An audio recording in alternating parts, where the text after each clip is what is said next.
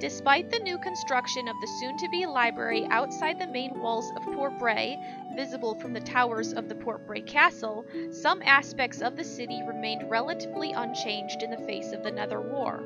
Commerce and trade is, after all, still a thing that must occur in order to support such a large population within the city boundaries. Granted, the large harbor was the dominant source of their imported goods. However, there were still some distant civilizations that were connected only by road. Therefore, the builders of the library took great care to ensure the existing pathway leading from the city in that direction was still passable for traveling merchants and caravans. They achieved this endeavor by constructing a tunnel through the base of their library's giant foundation. It was made from stone and brick so the travelers could safely visit Port Bray without having their path diverted all the way around. This was especially important as the library ran right up against the nearby hills and river gorge located on either side. These sorts of unanticipated tasks would of course mean more workers would be required.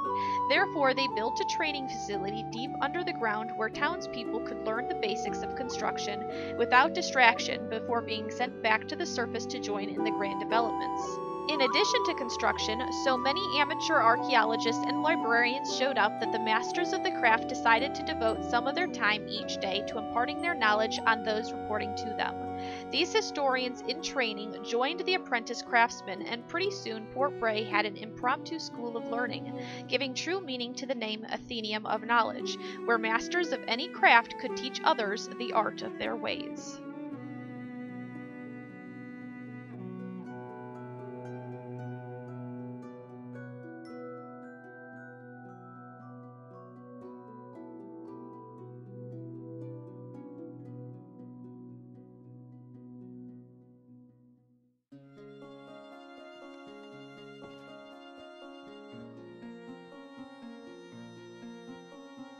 Hello there everyone, and welcome back to my next episode on the Realm of Vasten server. I am Mar, and we are once again here in the Halfling community.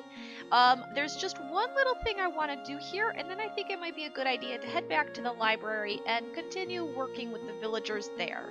So what I've got in my inventory here is some cobblestone, well, general rubbish, but I got some cobblestone, some trapdoors, and then a campfire. I think I want to go ahead and put in the chimney that I was talking about before, like 2 episodes ago, I think it was. Also, I have updated to the most recent, at least I think it's the most recent version of the texture pack for Realm of Vasten. I'd been for the longest time sitting on a pretty outdated version of it.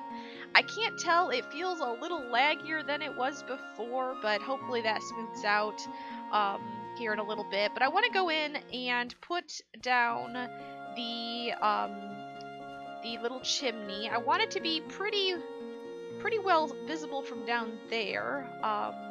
Let's see, maybe here would be a good spot, and then put another one and put down my trapdoors, something like this, and then right there, and then the last one right there. Now I need to get up there somehow and break that top bit, and then put in my campfire, and then close the trapdoor, and then you can't even really see it at all from, you know, you can't see the trapdoor itself. And if I come down here, I've got the little smoke particles coming up. So yeah, I think that's a pretty good height. You could just barely make out, I do have Optifine so we can zoom in. You could just barely make out the stone rising above the leaves.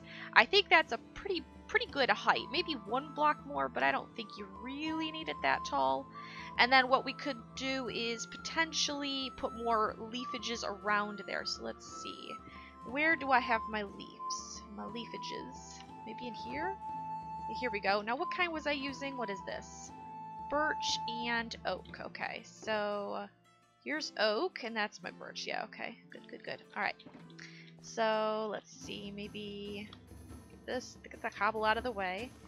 That, and I want to go more heavy on the oak than on the birch. Something like this. Although I am about to run out of oak, so maybe we'll have to be a little bit on the careful side with that. Maybe something like this. And then something like that, maybe? I don't know. Just kind of throwing it around now. I've kind of run out. What else do we have? I mean, I could use spruce, but it's so dark. Acacia. Ooh, acacia?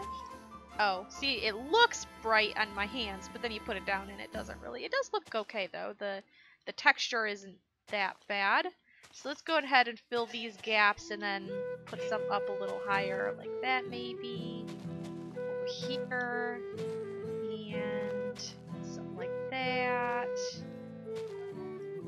Just so that it's nicely grown over here. I want it nice and thick bushes. Something like that, maybe? I think that looks pretty good. Alright, let's put the leaves away. Let's put the shulker away. Let's pick up the ender chest. Take one last look. I mean, you can't really see too much of the leaves from down here, but I do think it helps the appearance from up here. And there's like some space here in case someone wants to put down flowers or whatever. And then you've just got the smokestack sticking up there above the leaves. So yeah, I think that's pretty good, and I think that's pretty much a good place to leave the halfling hole just for now. I haven't done any changes on the inside since last episode. I'm hoping that I'll be able to get this episode out to you in time. I'm still moving and packing and everything, and it's being a pretty maybe not traumatizing, but highly stressful for me. So I'm trying not to have too many panic attacks. I feel like some days I'm on the verge of having a panic attack. I'm not gonna lie, it's not the best experience for me. Hopefully it'll be over soon, and hopefully I won't take weeks of crying myself to sleep before I get used to the adjustment. But let's go ahead and head back over to the library and see what we can do there. Alright, here we are at the library. I have decided, well, we were going to work out with the villagers, and I'd like to do that today as well, at least get a start on it. However, I think what we should do first is redo the tunnel down here. I knew it needed to be redone eventually, but I think I'm going to go ahead and do it now so that people can get through safely without bumping their head all the time. So let's come down here. I had tried to mostly just follow the path blocks that were already laid, but then I think you end up with like a weird shape, like these bits over here are kind of unnecessary, and then it gets kind of tight in some places, and there's a block missing there, okay. I think I want to go ahead and completely fix this tunnel system. So let's just go ahead and tear down the whole thing, and let me see if I can't come up with a halfway decent design for the tunnel. Well, I think I have come up with a good design here, and we also have a wandering trader down there that we can take a look at in a minute. It's a lot more uniform, both from the inside and the outside. I have a good pattern, I think, or not like, it's nothing too elaborate, but it should work, and it's maybe still slightly claustrophobic, but people at least should be able to get through without bumping into things and suffocating and whatnot. I may put in a little side passage entrance or something like that, if I do anything fancy in here that might be useful having access to from, in the tunnel area. But for now, it's just closed off. So let's go ahead and take a look at the wandering trader here. Alright, what do you got? What do you got to trade? Melon seeds, light blue dye, jungle saplings, spruce saplings, cyan dye, and blue ice. Boring, but if you leave your llamas behind, I will gladly add them to my collection, just so you know. Yep, just in case. So let's take a look at the inside of our tunnel here. So it doesn't really matter which side we start on. It's pretty much the same either way. So we've got 3 block gaps, and then we have like this beam or pillar that goes up and around. It's a very basic arch, and then these walls back here are plain. Now I did still leave in the bridge here. I mean, it was part of the original pathway design, so I decided just to go ahead and leave it. So that's still there. We've got a few elevation changes. There's a few corners that are kind of dark, but these are at the half slabs, and then these are of course path blocks, and then this block has walls on top, so it should be completely spawn proof, and we've got plenty of lighting in here as well. So I think that's fine. And it just wraps all the way around. I tore down the original tunnel, started to rebuild it, pretty much like this, but I wasn't counting at all. And then I realized I should stop and count so that I can make sure I can have like 3 block gaps between everything.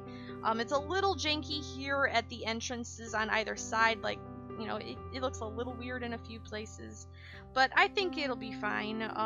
It doesn't have to be all that, I guess, special or anything like that. It just has to be functional and look halfway decent. So I think I'm satisfied with it the way it is. So with that out of the way, we can go back to working on our library or village area or whatever it ends up being. I think I want to do the villagers first, but like I believe I mentioned it 2 episodes ago when we were working on the halfling hole. Where is it? There it is. I want to bring the breeder all the way down to bedrock instead. So we're going to do the very unsafe thing and dig straight down. So let's see what happens. You know what? Actually, well, do I have any with me? Let's see. Probably in this box?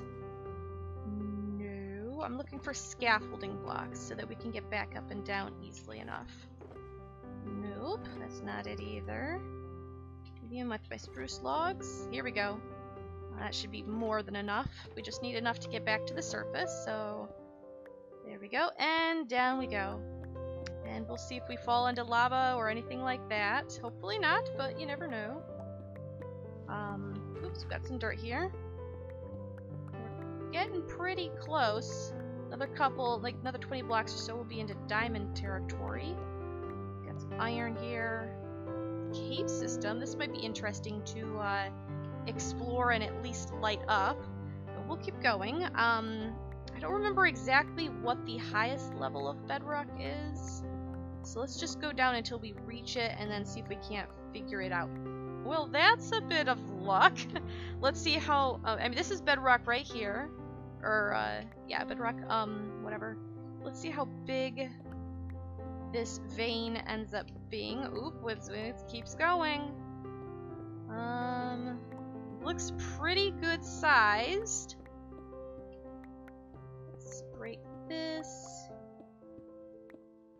It's a pretty good size. What is it, 7 blocks worth right here?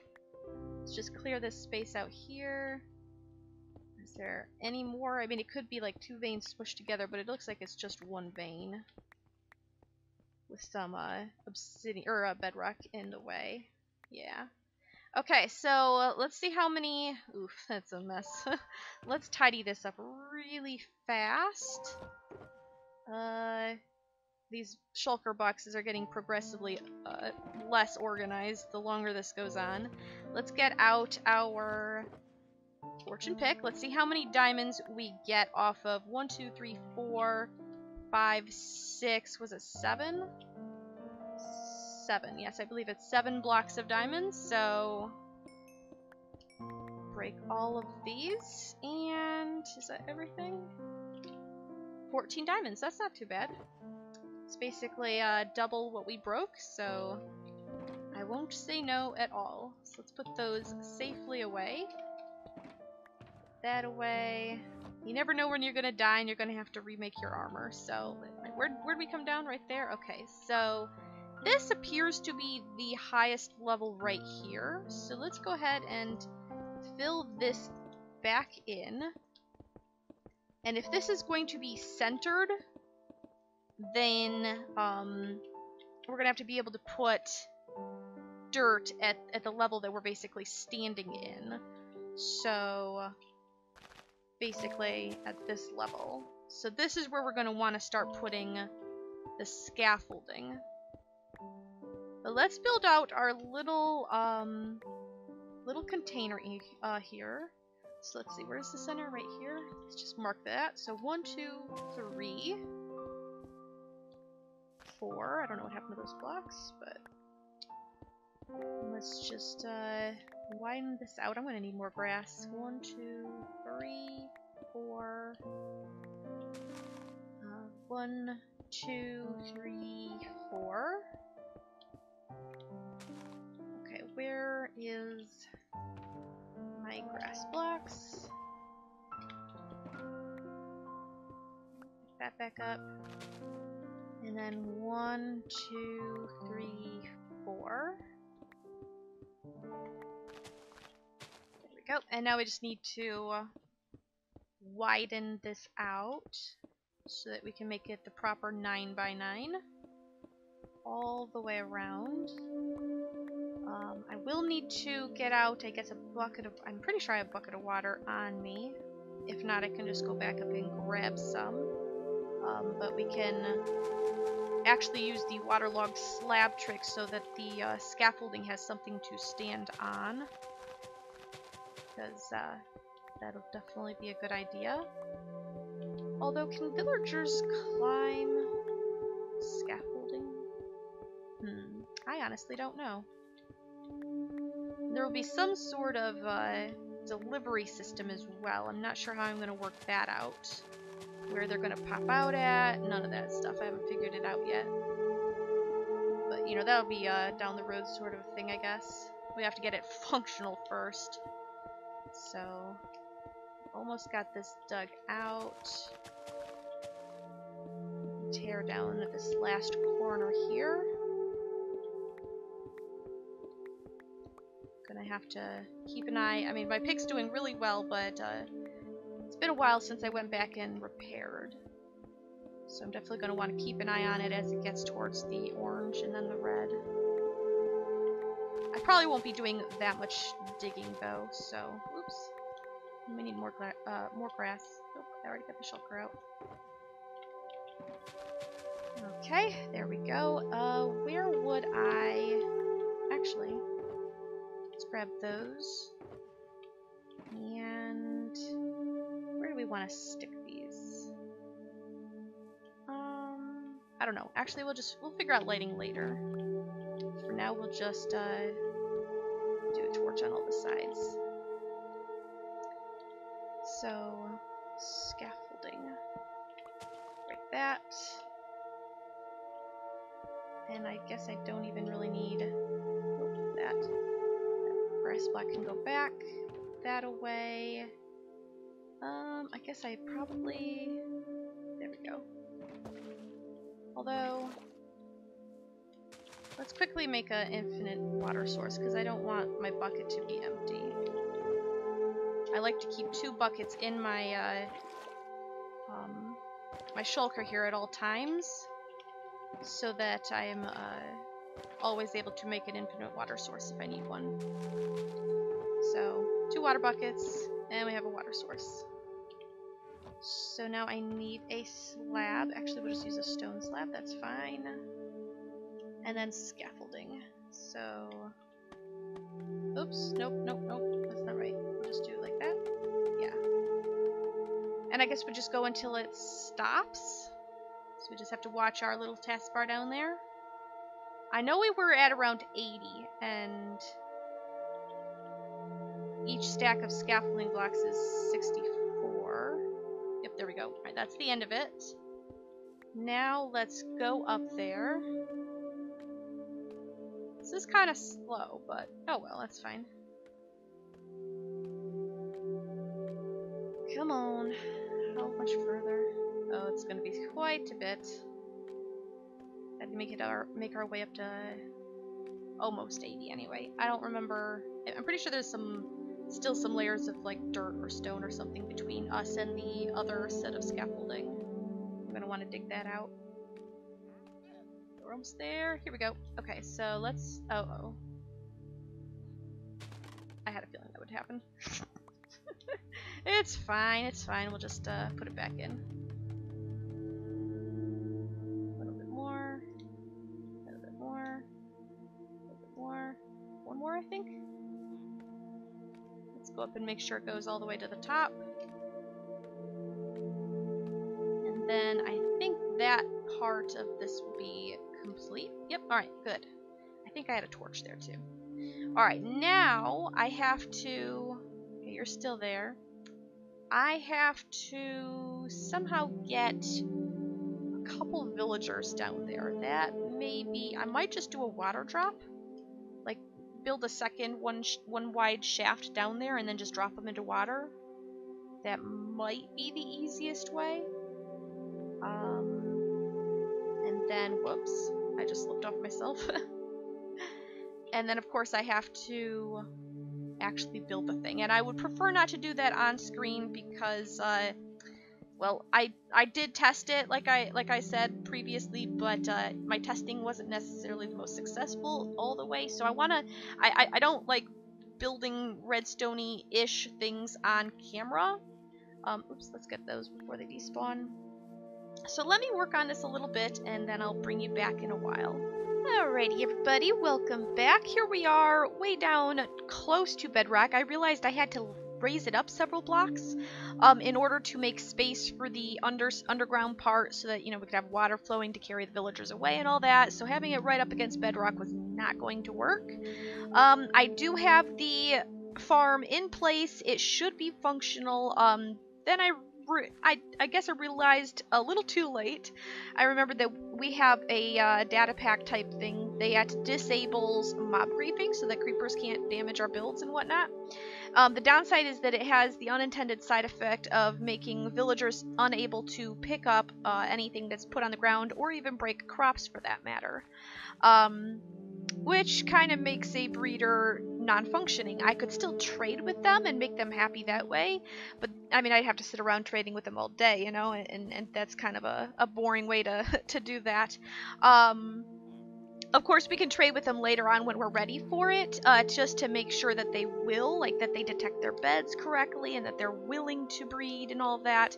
Although, now that I think of it, because the whole, villager not being able to interact with the beds, like with the crops and whatnot, does that also apply to the beds? I have heard them coming up and like, you'd hear them turning pages, not that there's any book here, but you'd hear them turning pages or throwing stuff into the composter.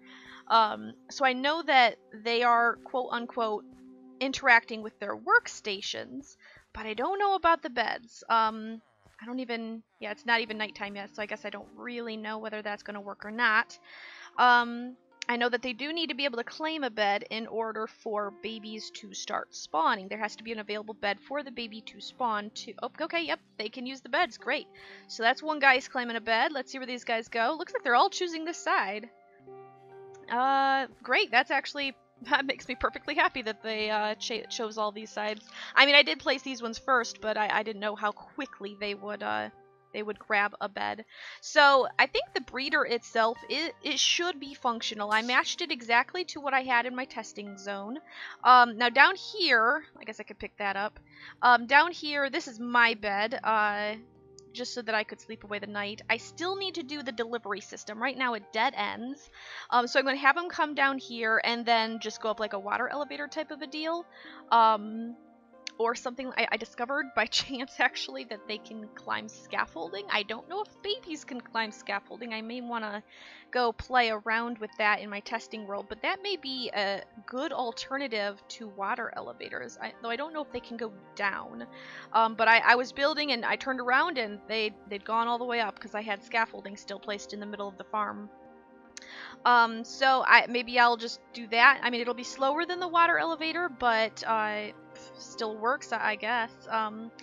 Sometimes it can be hard to get them into the water elevator. I don't know, but I'll play around with different designs and see what I can come up with to get them to the surface.